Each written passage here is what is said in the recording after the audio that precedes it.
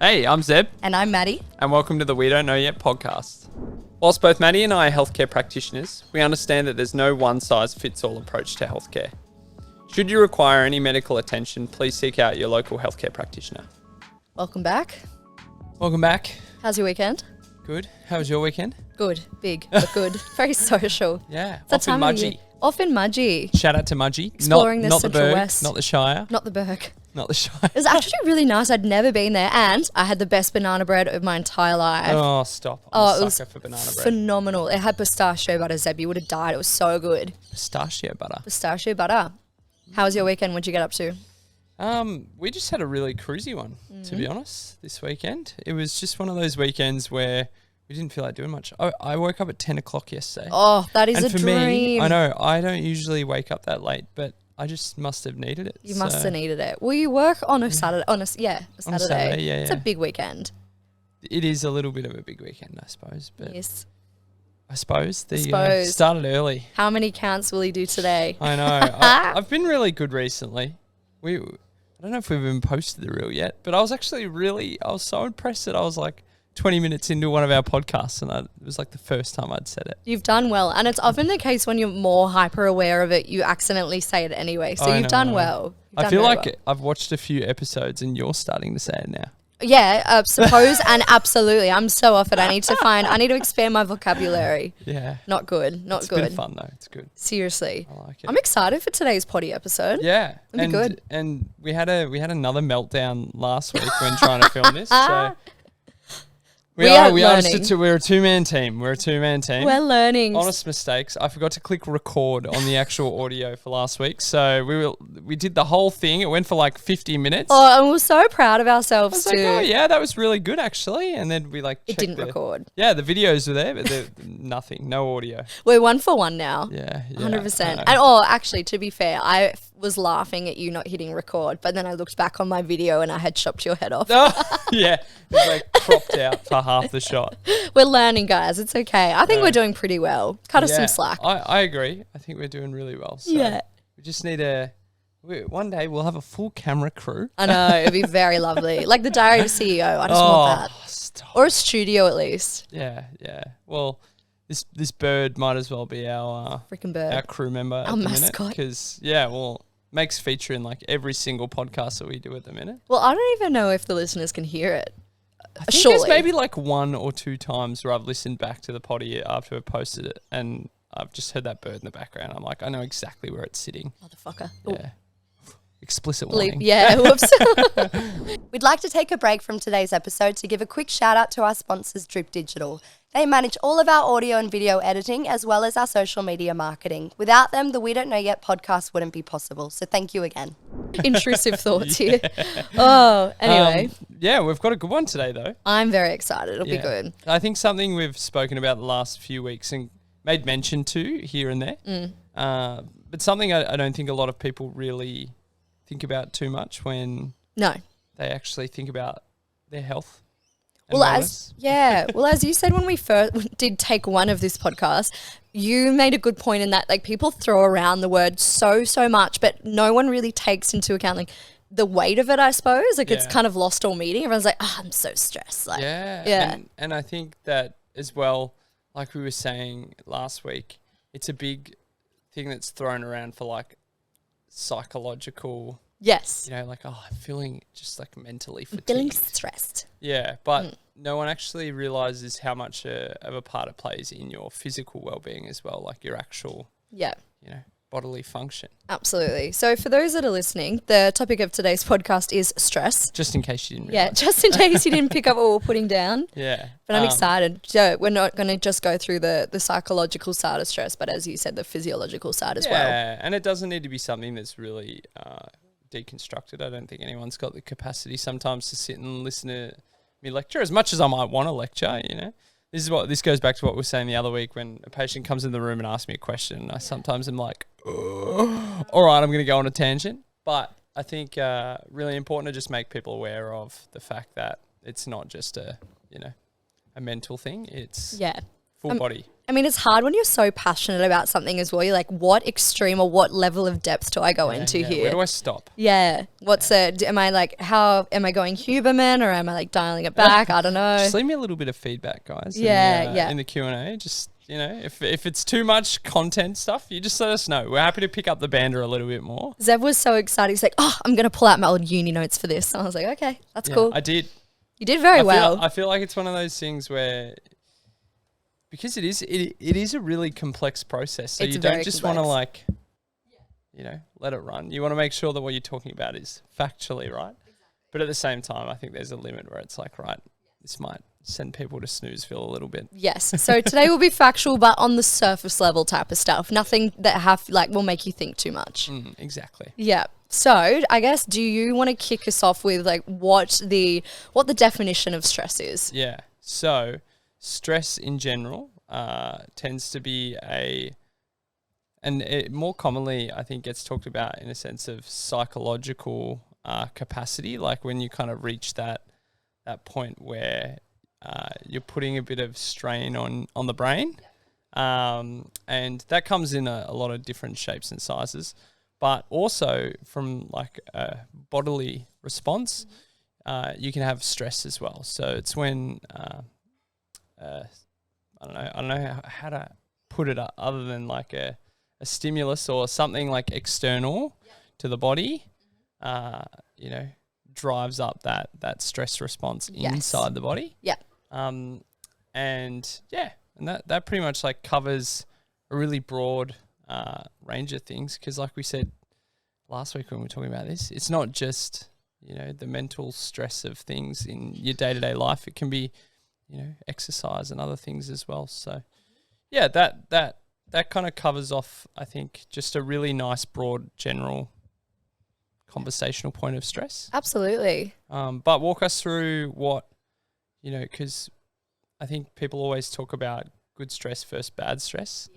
And I don't even know if there's such thing as good stress or if there's such thing as bad stress, or if it should just be called stress. It's just stress. But I think people talk about how long you're experiencing that stress response for. And that's where it can get a bit tricky. Yeah, so walk us through a little bit of that, I reckon. Yeah, absolutely. So, there we go. So when we were sort of like breaking down stress for the potty, we definitely did break it into like acute and chronic stress. Yeah. So the way that I explain acute, or the way that we explain acute rather, is like acute stress is when that stress response inside our body, raises or, spikes up in the presence of a stimulus. So a good example is like, I know you're about to give a presentation at work and you start getting all stressed and nervous, and the cortisol levels sweaty palms, knees shaking, voice shaking, that sort of thing. I was definitely a knee shaker when I used to have to present. Yeah, like I'd be sitting there and my knees would just be going nuts. I'm like, they've got a mind of their own. So that's like a really good example of acute stress. So it's still a stressful situation, or it's still a stress response, but as soon as that stimulus is removed or the situation is over, then your levels come back to normal. Is that a good way? Yeah. I think that's a good way to describe it. Yeah. And then on the other hand, there's chronic stress, hence the name. It's like more of a prolonged exposure to a stressful stimulus. So I don't know, like relationship issues or something like that. And that is where your cortisol levels or that stress response in the body is elevated for an extended period of time. And that's where I suppose the, oh my God, I've done 2 in 1. Yes. I'm rubbing off on it really well. Well, there's a term for it when you adopt someone's language, when you spend enough time with them. I know, seriously. I'm not going to go down that rabbit hole today.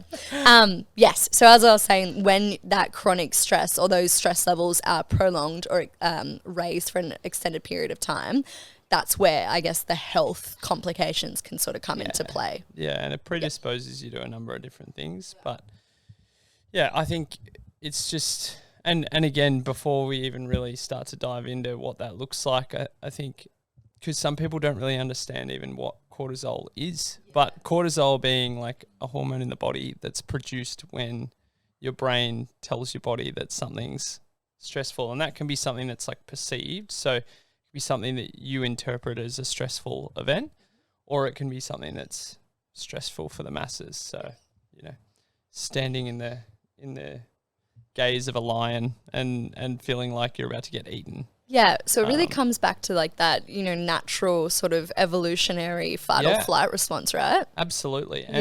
And like it's something that we've evolved with over time. I think we live in a day and age now where there are just so many more stresses than there ever was. Yeah, I think back to when like our ancestors walked the face of the earth and they were cavemen, and all they had to do on a day-to-day basis was hang out at the fire or go and fight a lion. Yeah, mate. It's pretty cruisy life back then, I often wonder, okay, I'm going down a tangent here, but do you reckon they made it in front of people, or was it still like discreet like it is in this day and age? I don't know. Just behind closed doors. It's like behind closed rocks. Yeah. It's like a weird sometimes I just get these weird thoughts and questions inside my head, and I was like, I have to ask that one. I know. Well, evolution. I mean, who knows? Who knows? We weren't around back then, but you never know what people were up to back then. It's that time of the Monday morning. But yeah, I think the whole stress thing over time, we've changed. Our bodies have changed. The way that our body responds to a lot of this stuff now has changed.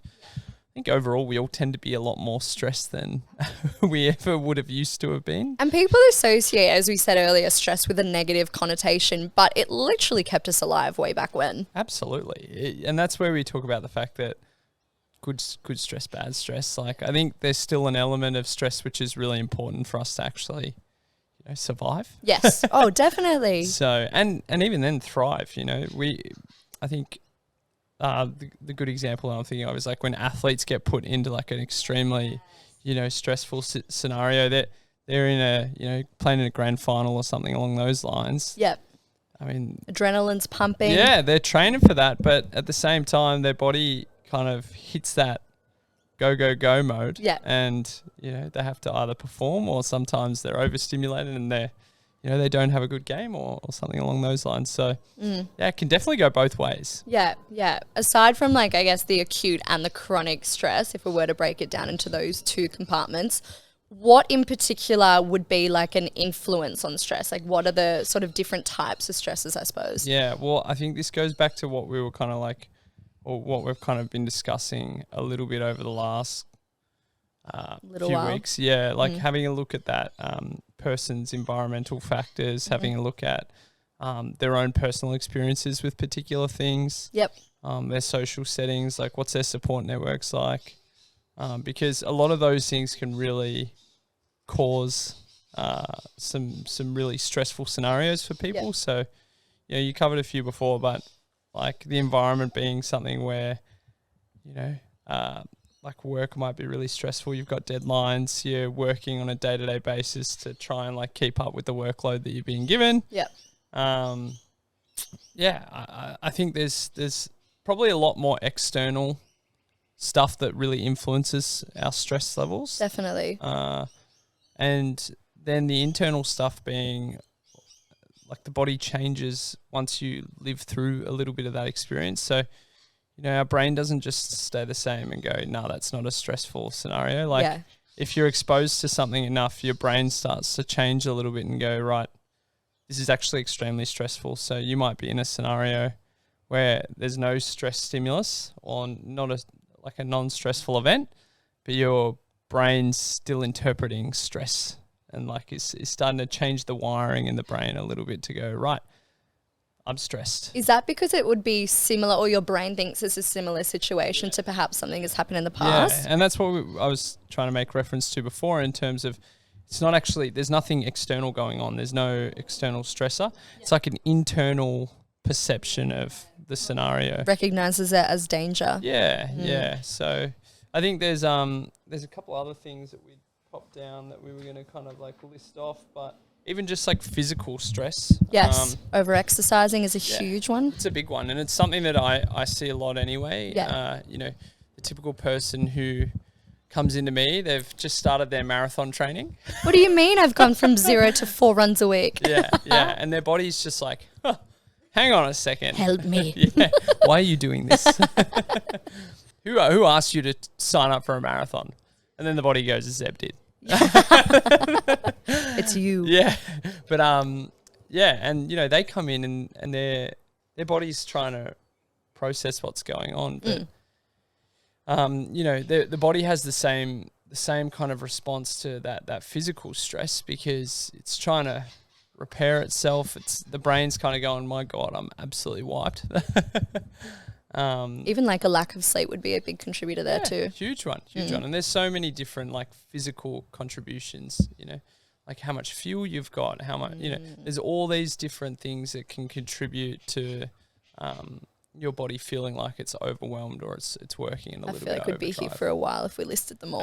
Absolutely. And I think a really good point to make mention, in a couple of weeks, we'll have someone coming on talking about the female kind of like hormonal cycle, right? But how much that's influenced by these kinds of stresses, because we know that it's not just like the mental stuff that really drives a lot of that hormonal cycle. It's the physical stuff as well. And it's something that's being really hotly spoken about at the minute in women's sport, in sport in general, is like training loads, making sure that people are training around your cycle, around their cycle. And you know, I think that's a really good example of how stress can impact your body and your function. And again, not just a mental stress, but like a physical stress. Oh, absolutely. And look, I definitely don't know the ins and outs of it or the whole hormonal fluctuations as the cycle goes on.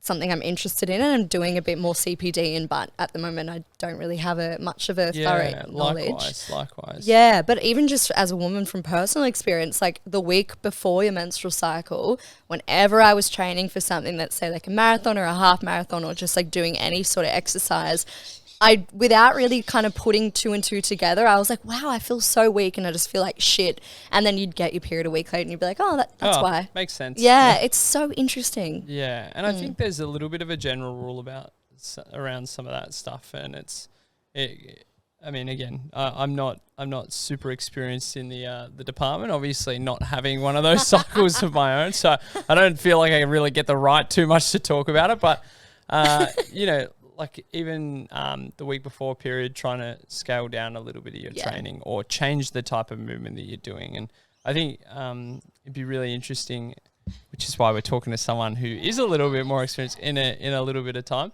But I think it'd be really interesting to learn a little bit more about how people who really do look into that hormonal cycle vary up things. Yeah. It'd be cool. Stay tuned, guys. Yeah, and guide, even just guide people through it a little bit, you know. Absolutely. But yeah, that's a big one. So, you know, you've got all those different kind of stresses that come in, and then like we were talking about before, you know, the acute versus chronic scenario. Yeah. This is where things start to get a little bit kind of tricky, because obviously when something kind of flares up like that, like if you're in a perceived stressful environment and it's only for a short term, then that's okay. Can kind of drive performance, as you said, with it, you know, athletes on game day. Yeah, and a lot of the time I think it does actually, you know, it kicks your body into a bit of gear and your body's kind of like, right, I'm ready to tackle this, you know, scenario. Absolutely. And then the moment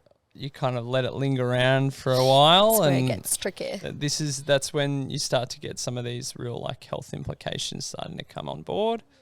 And I mean, I think everyone can speak to the fact that they know when they're getting a little bit burnout.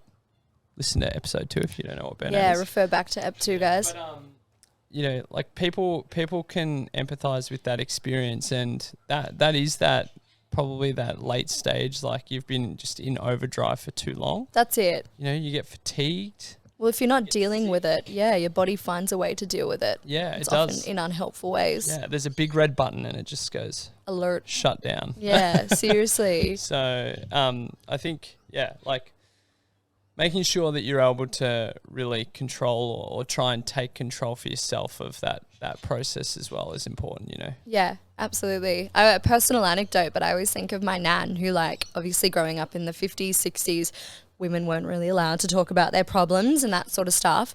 And she was a mad stress head, never did anything about it nor talked about it. And the amount of stomach ulcers that she's had throughout her life, and like mini strokes and mini heart attacks. I'm not saying that that's the sole cause, but 100% it would be a contributor.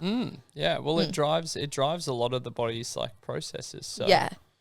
And you think about it as well, in regards to your mental health and your actual ability to cope with things on a day-to-day basis. But we never really tie it off to some of those other physiological or bodily responses too. But you think about, I mean, you know so much more about me than the gut-brain axis and like that relationship. And when you're stressed, your gut kind of like almost shuts down a little bit because it's your body's trying to really, fight off that fight or flight stress. response. 100%. Yeah, definitely. And so I've had so many clients that present with like IBS-y issues. There is no apparent food trigger, and then it turns out being, stress or anxiety or something related to that. And once they learn to sort of manage that, all the symptoms tend to go away, which is really cool. Yeah. And so interesting as well, because a lot of the time, likewise, if I relate it back to what I see a lot of the time, it's, patient comes into the room and they've got some sort of inflammatory, flare up or some sort of musculoskeletal presentation that you just think in your head should be pretty well managed, should settle down pretty comfortably. Yeah. And then all of a sudden, like, you see it lingering around for weeks on end. And it's not until you start to unpack, like, oh, how's work been this week? And they're kind of like, oh, it's shit. Like, I hate work at the minute. Family life's no good. Yeah, there's a lot of background stuff that you didn't factor into that initial, presentation. Yeah, definitely. That can really impact someone and drive a lot of that stuff for longer periods of time. Even when you have pain, and whether or not it's caused by stress, and you're stressing about the pain, that's like your stress has stress, and it just builds up and up and up and up. Yeah.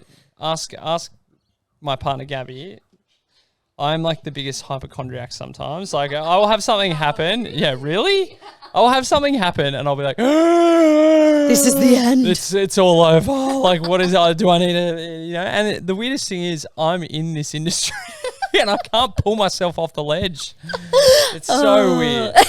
So weird. What's that quote of Shrek, and it's Donkey, and he's like, I can't feel my toes. I don't have any toes. Yeah, I don't know the quote. Oh, don't we're gonna you? have to look it up. Yeah, we might have to find it. That laugh indicated to me you definitely haven't watched Shrek. Yeah, I have watched Shrek. I just can't think of it right now. Oh, really? Yeah. Okay, we'll have to come back. Stay tuned, guys. I'm gonna have to rewatch all the Shreks now. It's so good. It's so good. I love Shrek.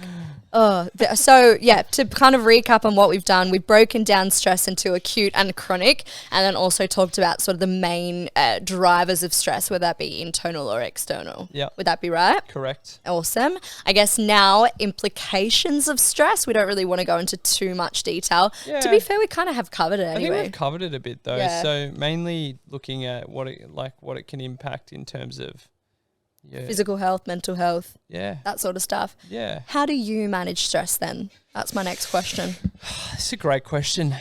I think we're all, and as things change with today's day and age and the advancements that we're making in technology and in science and all these different fields, I think I'm always going to struggle to get a handle on stress. I think everyone will. Like, it's just one of those things that I think you have to kind of like go to and fro with. I don't know if it's a city thing as well, like that whole hustle culture, go. It's like you just, sometimes we do get like pulled into that culture of every time I nip out to the country, I'm like, oh, this is so lovely.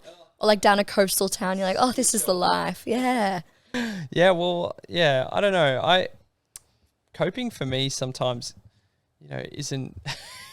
isn't just sitting down doing nothing. Yeah. Sometimes for me, it's like going out and, playing basketball. Like I've recently gone back into basketball. So for me, going to the basketball stadium, getting shots up for like an hour and a bit, it's like a really nice kind of downtime. Yeah.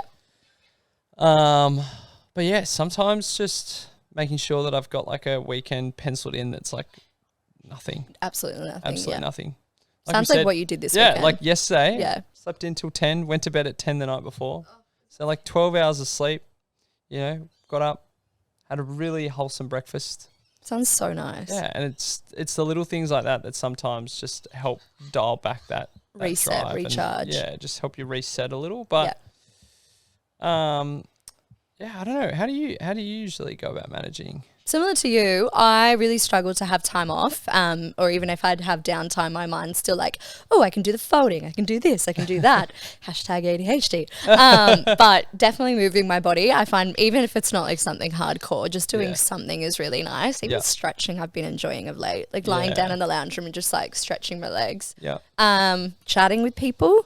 Even if it's like the last thing that you want to do. Sometimes when I get super stressed, the last thing I want to do is talk to people, but by making myself, it can actually be really great. You kind of walk away a bit more relieved. And the other thing is like screen time. I find when I'm not using my phone as much, I'm way better mentally. Yeah. Which is huge. Yeah. And that's something that I think in today's day and age, we're getting sucked into a fair bit. Yeah, for sure. Well, the only stat that I did want to pull out today from our research from this potty was, I think it was the Iowa State University back in May of this year, did like a study with 200 or so of their students. We'll pop it in the show notes if you guys are interested. But they got all these students, kind of measured their baseline screen time in a day. Everyone was different, obviously, and asked these students to minimize their time just by 30 minutes relative to what they were doing. And it significantly improved like their anxiety, depression, stress, which 30 minutes is not even that much. Yeah, it feels like such a small amount considering how long we're actually on our screens. Yeah, so I found that really interesting, and likewise I've noticed when I like just take time away, even if it means there's so many emails and DMs and texts I don't reply to. You'll know I'm a notoriously horrendous text messenger. You just feel better. I'd just much rather a phone call. Yeah, and it's just easier as well because you can nut it all out. Exactly. I remember back in the day, do you remember when it was like, you used to be on MSN and you used to be like talking with your friends, and then you used to be like BRB, and then you used to come back like 5 minutes later and keep talking. Yeah. Whereas today, like I'll be messaging people and one of us will just stop replying for like that is me. 48 hours and then they'll be like, sorry, hectic 48 hours. Seriously. You do that to me all the time. You text me and like, you're like this. I'm like, oh, sorry, crazy 72 hours. Yeah. And it's just like, you never think that you're going to be in that state with like screens. Sometimes I just get so burnt out from my phone use. So I'm like, oops, step away. Yeah. You're just like, I need to switch off. Yeah. So they'd be my top 3, like movement, even if it's just gentle, something pretty cash, getting outside, having a chat to people, and like getting the F off my phone. Yeah. Huge. Love it. I think that's about it from us though. Yeah, I think that's a pretty well-versed start to stress, because it's not something that I think as well you can break down in depth in one session. So like this is going to be something that I think will be a conversation over the next like however long we want to kind of string it out for. But we just wanted to give you guys a high level sort of surface. And also break down that it's okay to like feel stressed. It's a normal response that we go through. And there's so many different types of stresses. Sometimes you might be fixating on one type of stress that you think is your main driver, but there might be another like 5 or 6 others in the background. The body is weird and wonderful. Yeah. Alrighty, thanks guys. See you next time. Guys, Maddie's got to get to work. Yeah, I know. See ya. Bye. Thanks for listening to this week's podcast. Be the first to know when the next episode drops by hitting subscribe on wherever you catch your podcasts. And don't forget to follow us on Instagram at wedon'tknowyet.pod. See ya.